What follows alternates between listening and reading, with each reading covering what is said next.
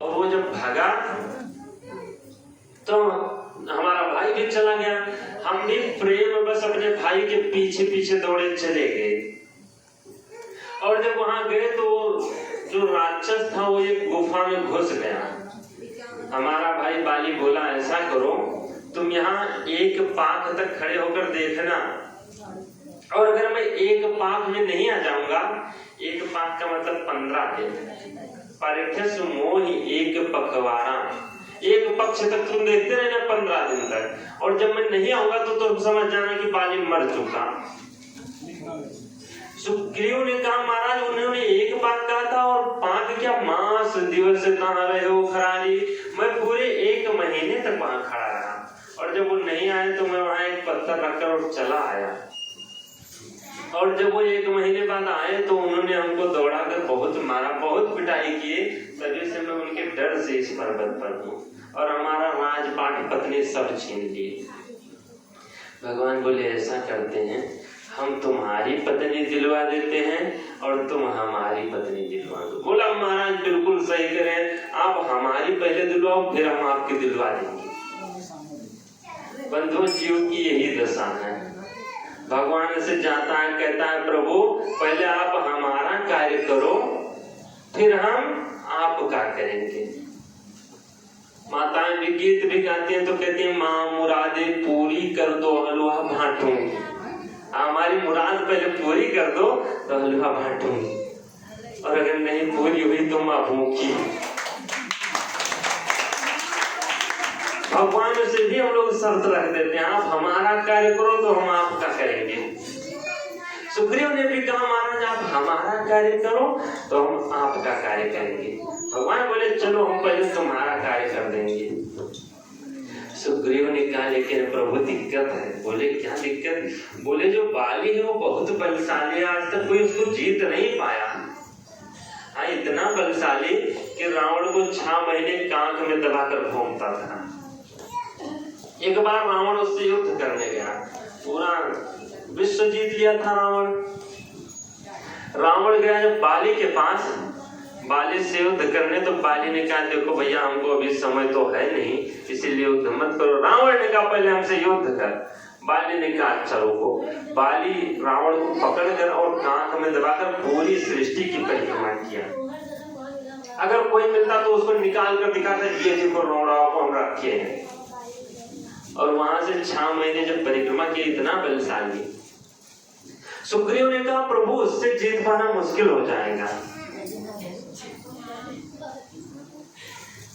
बंधुओं, जो ही भगवान बोले, बाली ने, सुग्रीव ने कहा, बाली तो बड़ा बलशाली है। भगवान बोले, तुम चिंता मत करो, कितना भी बलशाली होगा, हमारे ऊपर भरोसा रखो।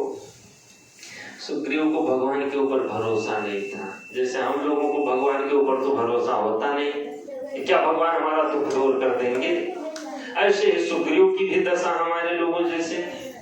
सुग्रीव ने कहा, प्रभु ऐसा करो, एक तालाब था सामने, उसमें 7 वृक्ष लगे थे, और 7 अलग अलग दिशा में, लाइन से तो थे नहीं। सुग्रीव ने कहा, प्रभु जो एक बाण में 7 वृक्षों को गिरा देगा, वो बाली को मार सकता है।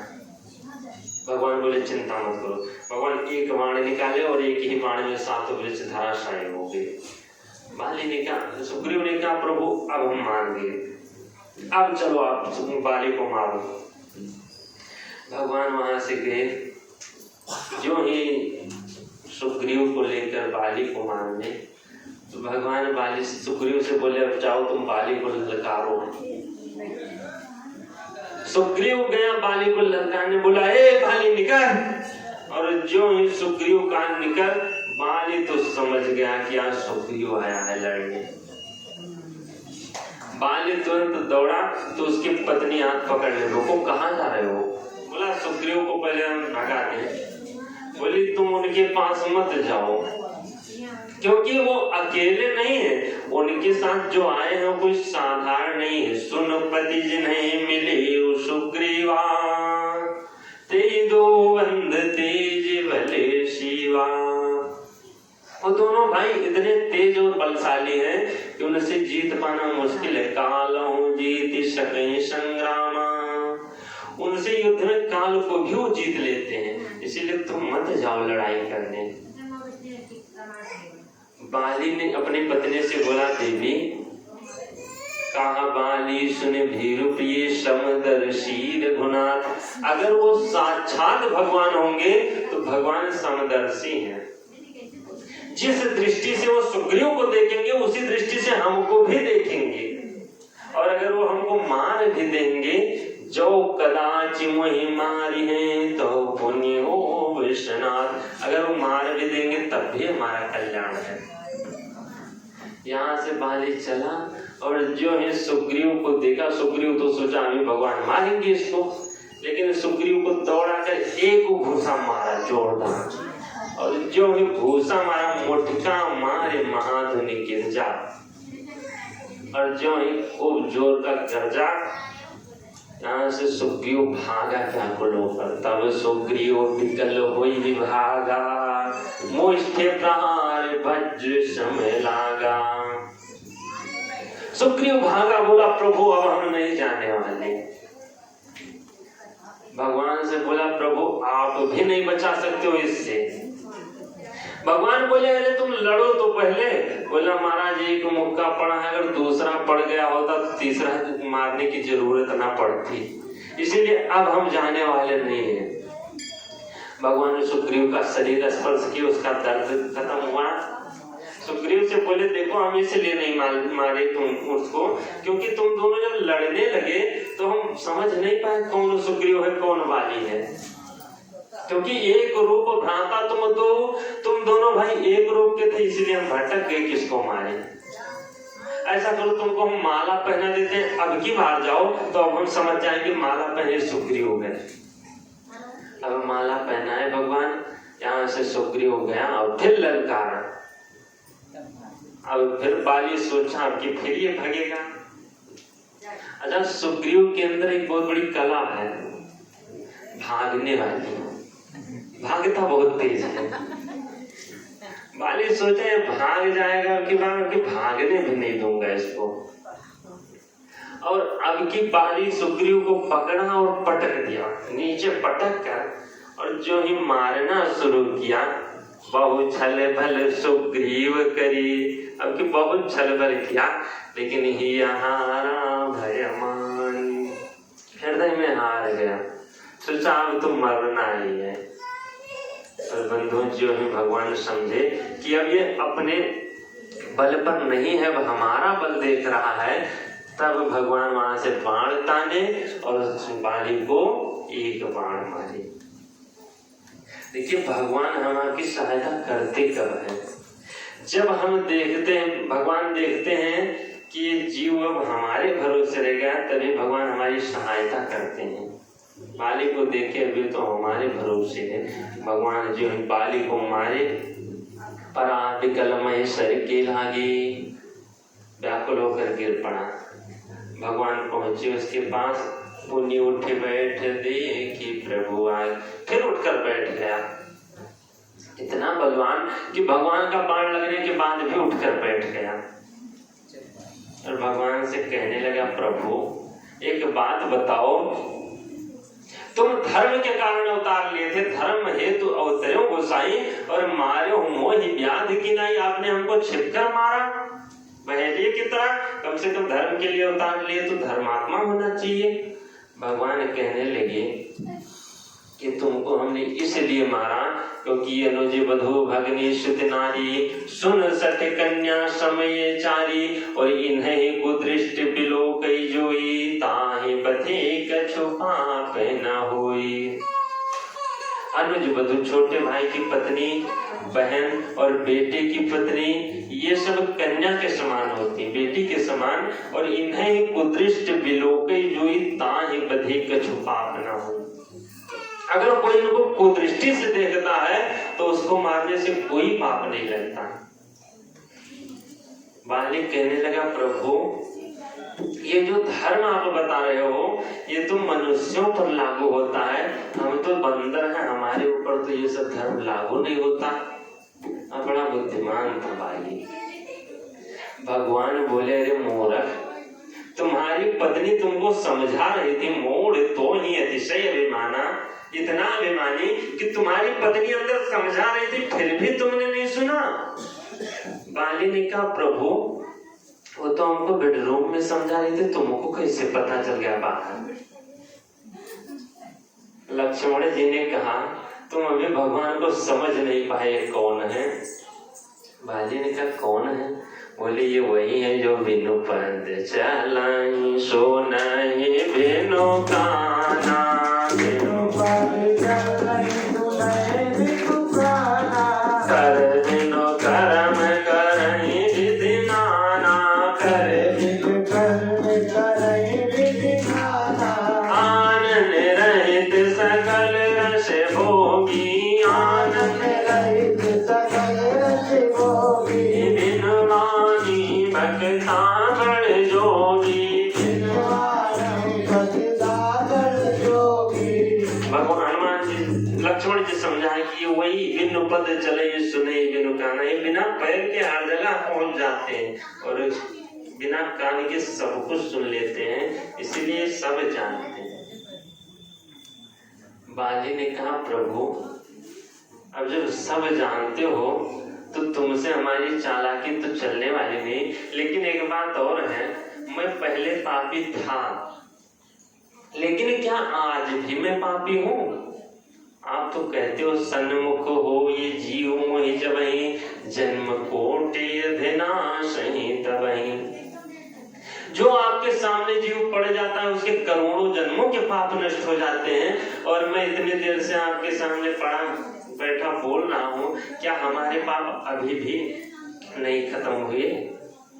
भगवान जब उसकी विनम्रता को देखे तो भगवान को दया आ गई। भगवान ने कहा जाओ तुम्हारे सब पाप खत्म हो गए, मैं तुमको बचा दे रहा हूँ। और जो ही बचाने का नाम ले बाली ने कहा प्रभु मैं नहीं जीवित रहना चाहता हूँ, क्योंकि जन्म जन्म मुनि जतन कराही अंत राम कहीं आवत नहीं। जन्मों जन्म ऋषि मुनि जपते रहते हैं और अंत में राम का नाम नहीं निकलता। वही आज मम लोचन गोचर सोई आवा, हमारे सामने वही खड़े हैं, अब मैं किसके लिए बहुरी के प्रभु से भी नहीं बना। ऐसा संयोग फिर कब बनेगा? इसलिए अब मैं जाऊंगा ही भगवान के धाम। और यहाँ से बाली का उद्धार किए। बाली मरते समय अपने बेटे अंगद का हाथ पकड़कर भगवान के हाथ में रख दिया कि महाराज यह तनय मम सम विनय बल कल्याण प्रति प्रभु लीजिए, इसका भी आप कल्याण कीजिएगा। बंधुओं पिता होना चाहिए तो बाली के जैसा, कि मरने से पहले बेटे को भगवान के हाथों में सौंप देना चाहिए। बाली आज भगवान के हाथों में सौंप दिया और भगवान लेकर गए, अंगद को युवराज बनाए, सुग्रीव को राजा बनाए। बोले 4 महीने प्रवर्षण पर्वत पर हम रहेंगे, इसके बाद तुम हमारी पत्नी खोज देना। सुग्रीव ने कहा ठीक है प्रभु। 4 महीना बीता, सुग्रीव तो भूल गया था भगवान के। लक्ष्मण जी से बोले लक्ष्मण वो तो सुग्रीव भूल गया। लक्ष्मण जी ने कहा प्रभु चिंता मत करो, अभी मैं उसको याद दिलाऊंगा। वहां से बाण लेकर लक्ष्मण जी जो ही चले, तुरंत हनुमान जी गए सुग्रीव को बताए लक्ष्मण जी आ रहे हैं। सुग्रीव वहां से बांदरों की टोली लेकर दौड़ता पहुंच गया प्रवर्षण पर्वत पर लक्ष्मण जी के समेत, और लेकर गया सभी बंदरों को भेजा कि जाओ सीता जी की खोज करके आओ। और यहाँ से सब बंदर 4 टोली बनाए, 3 टोली तो 3 तरफ, लेकिन दक्षिण तरफ लंका की तरफ जो मुख्य बानर थे, जैसे अंगद हुए, नल नील जामवंत, हनुमान, आज बंदर को दक्षिण तरफ भेजे। सब चल दिए। हनुमान जी सबसे पाछे पूर्ण तने सिरुनावा, सबसे पीछे हनुमान जी सिर नवा कर चले। भगवान समझ गए कि ये सबसे पीछे चल रहा है, यही विनम्र है, यही कार्य कर सकता है। राम जी हनुमान जी को बुलाया, सुनो सुनो ये अंगूठी ले जाना, सीता जी को दे देना, और जब उनको अंगूठी दोगे तभी उनको भरोसा होगा कि राम जी का ही दूत है। हनुमान जी लेकर गए और जो है लंका के किनारे सब समुद्र के पास पहुंचे। सब तो सोचने लगे कि समुद्र के उस पार जाएगा कौन। जामवंत जी ने कहा देखो मैं तो बूढ़ा हो गया, नहीं मैं तो अकेले चला जाता, चला भी आता, लेकिन अब बूढ़ा हो चुका हूँ। बलि बांधत प्रभु बाढ़ सो तन बरंज न जाए। भगवान बलि को बांधते समय इतना बड़ा रूप रखे थे, लेकिन मैं 7 परिक्रमा उतनी देर में कर डाला था, इतना तेज रफ्तार था, लेकिन अब तो मैं बूढ़ा हो गया, अब नहीं जा सकता। अंगद जी ने कहा महाराज मैं जा तो सकता हूँ लेकिन आ नहीं सकता। जामवंत जी ने कहा क्यों? जैसे जाओगे वैसे चले आना। बोला नहीं महाराज, क्योंकि बंधु अंगद जा सकते थे, 100 योजन समुद्र था, अर्थात 1200 किलोमीटर का। अंगद जी ने कहा जाऊंगा तो, लेकिन अंगद जी क्या कह रहे हैं कि एक बार रावण का जो बेटा अक्षय कुमार था और अंगद जी एक क्लास में पढ़ते थे, ये दोनों सहपाठी थे, तो अंगद जी अक्षय कुमार को बहुत मारते थे, फालतू झगड़ा करने लगते उससे। अक्षय कुमार गया गुरुजी से बताया, गुरुजी हमको बहुत मारते हैं। गुरुजी ने अंगद जी को श्राप दे दिया कि अगर तुम मारोगे तो तुम खुद मर जाओगे, और गुरु का श्राप लगा, इसलिए अंगद जी ने कहा कि महाराज मैं जाऊंगा तो, लेकिन अक्षय कुमार आ जाएगा अगर लड़ाई करने, तो उसको मैं मारूंगा तो खुद मर जाऊंगा, इसलिए मैं आने में देखता है। जामवंत जी ने हनुमान जी से कहा हनुमान कही छेपति सुन हनुमाना,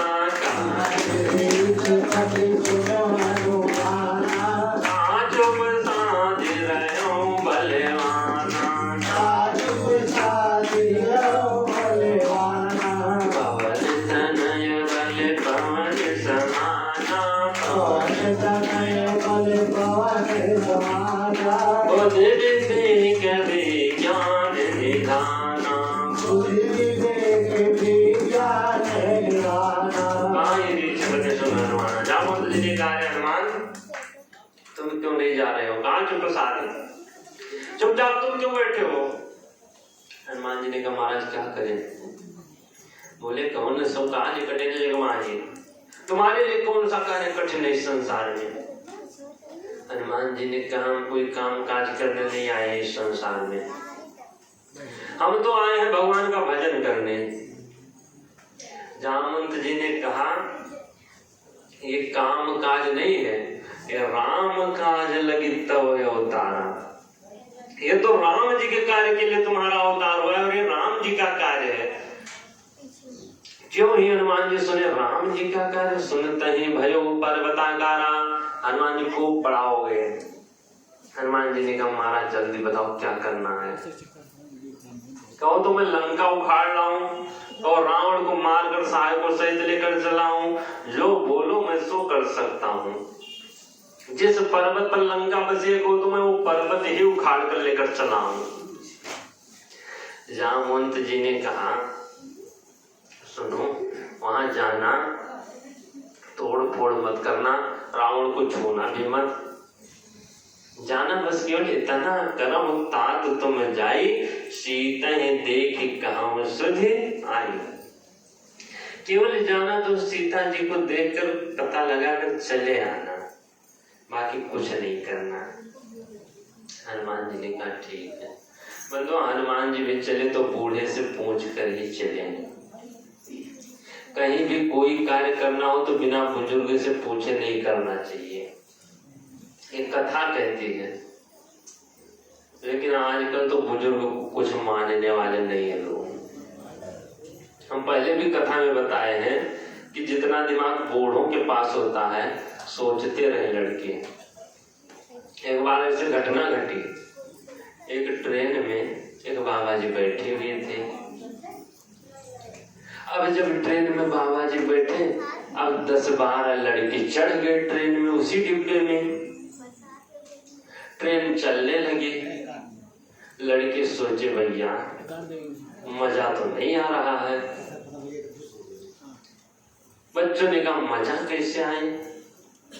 एक बालक बोला ऐसा करो चलो जंजीर खींचो, ट्रेन रुके तो मजा आए। एक लड़का दौड़ा जंजीर खींचने, तब तक देखा जंजीर खींचने वाले से 1000 रुपए जुर्माना। बोला लेकिन भैया पकड़ जाओगे 1000 देना पड़ेगा। बच्चों ने कहा ऐसा करते हैं, चलो अगर पकड़ जाएंगे तो 100 रुपए सब मिलाओ और 1000 रुपए दे दिया जाएगा, कम से कम मजा तो आएगा। अब सब 100 रुपए मिलाए और एक बच्चे को दे दिए, लो तुम रखे रहो। और 12 लड़के थे, रुपया हुआ 1200। अब 1200 एक लड़के के जेब में रख दिए। एक लड़का बोला भैया देखो हम जुगाड़ बताएं, पैसों न खर्ची मजो आई। बोले कैसे? बोले जो बाबा बैठे, जब टीटी आए पूछे किसने जंजीर की, बाबा जी खींची। बाबा जी ने कहा बाबू हम गरीब आदमी, हमें ना फंसाओ। बच्चे बोली बुढ़वा ऐसे खिखियाई तो और मजा आई। अब बाबा बेचारे सोचे बच्चे तो फंसा देंगे। बच्चे जंजीर खींचे, टीटी आया, चैन किसने खींचा? बच्चे बोले बाबा बाबा बाबा। अब बाबा सोचे कि ये 10-12 लड़के बाबा बाबा कहते हैं, हम कहा हम ना खींचे तो हमारी क्यों सुनी। टीटी पूछा बाबा चैन क्यों खींचे? बाबा बोले बाबू चैन हमारी मजबूरी खिंचाई। बोले क्या मजबूरी? बोले हमारे जेब में 1200 रुपए रहे, लड़के छोड़ ले, वही लड़की की हमारा काम दवा दो। टीटी देखा, बोला निकाल रुपए। लड़के बोले हमारा। बोले बाबा नहीं 1200 रुपए हमारा उसी में रखा। टीटी बच्चों को मार कर बाबा का रुपया दिलाया, बच्चों को बांध कर लेकर। अब जब ट्रेन चली बाबा से निकल रहे, बोले बच्चा दाढ़ी वैसे नहीं पक गई। तो बंदो इसीलिए बूढ़े का सम्मान करना चाहिए। हनुमान जी भी आज जामवंत में पूछो तो ही उचित सिखावन तो ही जाऊं। जामवंत जी ने कहा जाओ बस इतना करो ताकत तुम जाइए। सीताएं देखी कहाँ सुधी आए। हनुमान जी यहाँ से सबको प्रणाम किया। हम लोग सुंदर कांड में प्रवेश करेंगे। बोलिए श्री हनुमान जी महाराज की